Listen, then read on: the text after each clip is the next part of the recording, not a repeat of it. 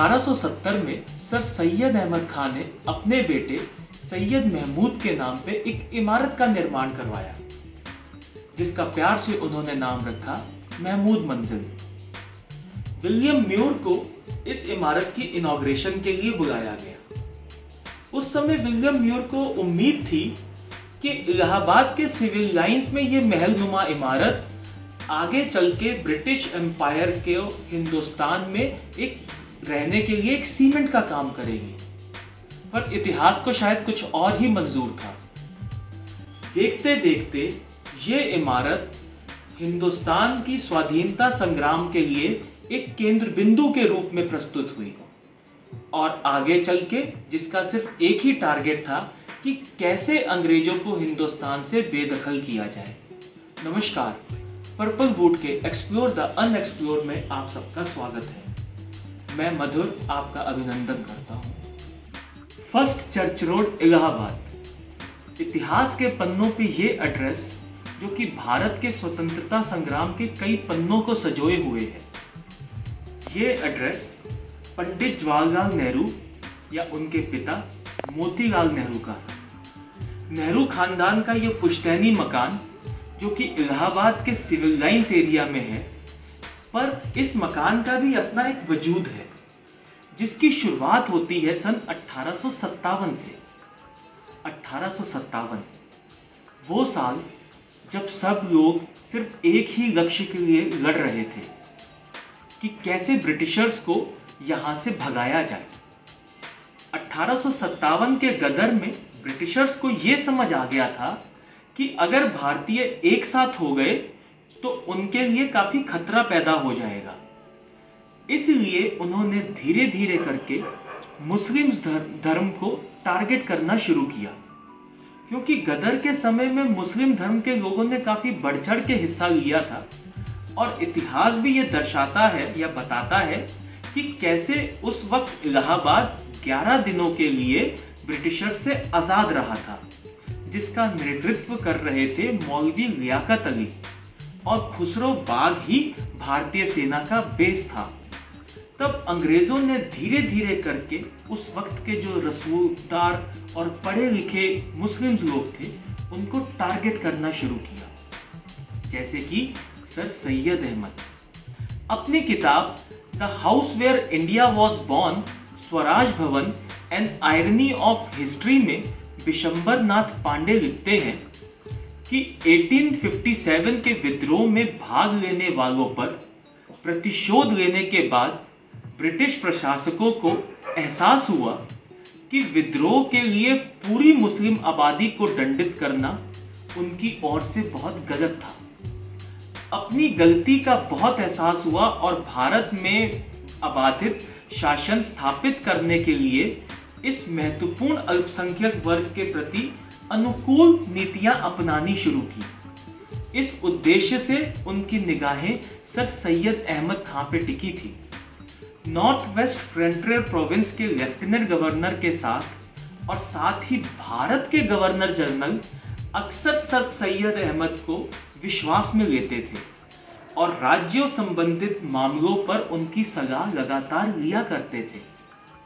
1867 के north west frontier province के तत्कालीन लेफ्टिनेंट गवर्नर सर विलियम म्यो ने सर सैयद अहमद को लिखा था, क्योंकि आप महत्वपूर्ण परामर्श के लिए आपको अक्सर इलाहाबाद की आवश्यकता होती है और आप इस शहर में अपने शॉर्ट सिख दौरे के दौरान असुविधा महसूस करते हैं, इसीलिए प्रस्तावित किया जाता है कि आप इलाहाबाद में अपनी एक कोठी बनवा लें। आप प्रांतीय राजधानी में अपनी यात्राओं को लंबा भी खींच सकते हैं। इसके लिए मैंने गवर्नमेंट हाउस से 10 मिनट की ड्राइव पर 20 एकड़ की जमीन का चयन भी किया है। और तब 1871 को सर सैयद अहमद खान ने अपने बेटे सैयद महमूद के नाम पे इस इमारत का नाम रखा महमूद मंजिल। यहीं पे उनके बेटे सैयद महमूद भी जस्टिस बने इलाहाबाद हाई कोर्ट के और 1891 तक वो इस मकान में रहे। उसके बाद ये कोठी शाहजहांपुर के जज राजा प्रेमचंद, जो कि मुरादाबाद के रहने वाले थे, उनको बेच दी गई।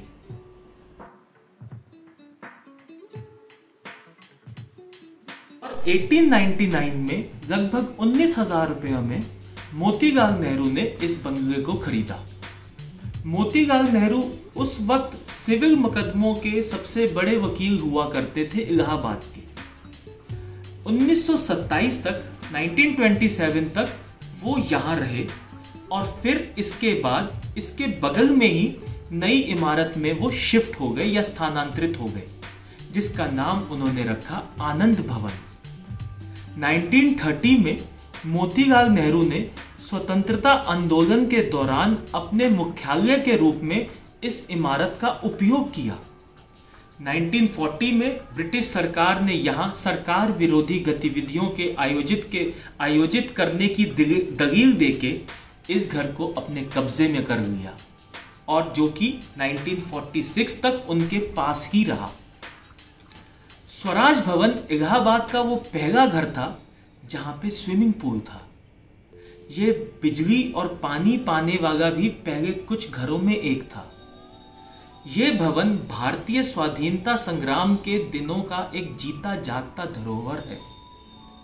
यही वो स्थान है जहां पे पंडित जवाहरलाल नेहरू ने अपना बचपन बिताया। यहीं से वो राजनीति की प्रारंभिक शिक्षा लेने के बाद भारतीय स्वाधीनता संग्राम में शामिल हुए। पंडित जवाहरलाल नेहरू ने 1916 में अपने वैवाहिक जीवन का शुभारंभ भी इसी घर से किया। इसके अलावा राजनीतिक गतिविधियों का एक मंच भी रहा ये घर।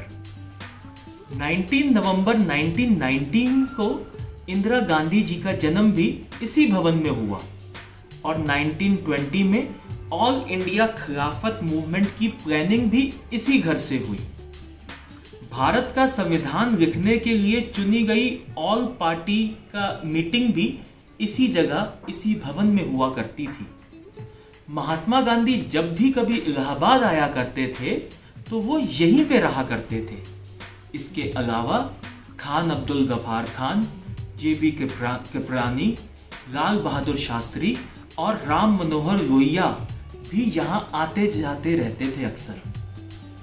1942 में इंदिरा गांधी जी का विवाह भी यहीं पे हुआ और 1938 में जवाहरलाल नेहरू जी की मां स्वरूप रानी की मृत्यु भी यहीं पे हुई।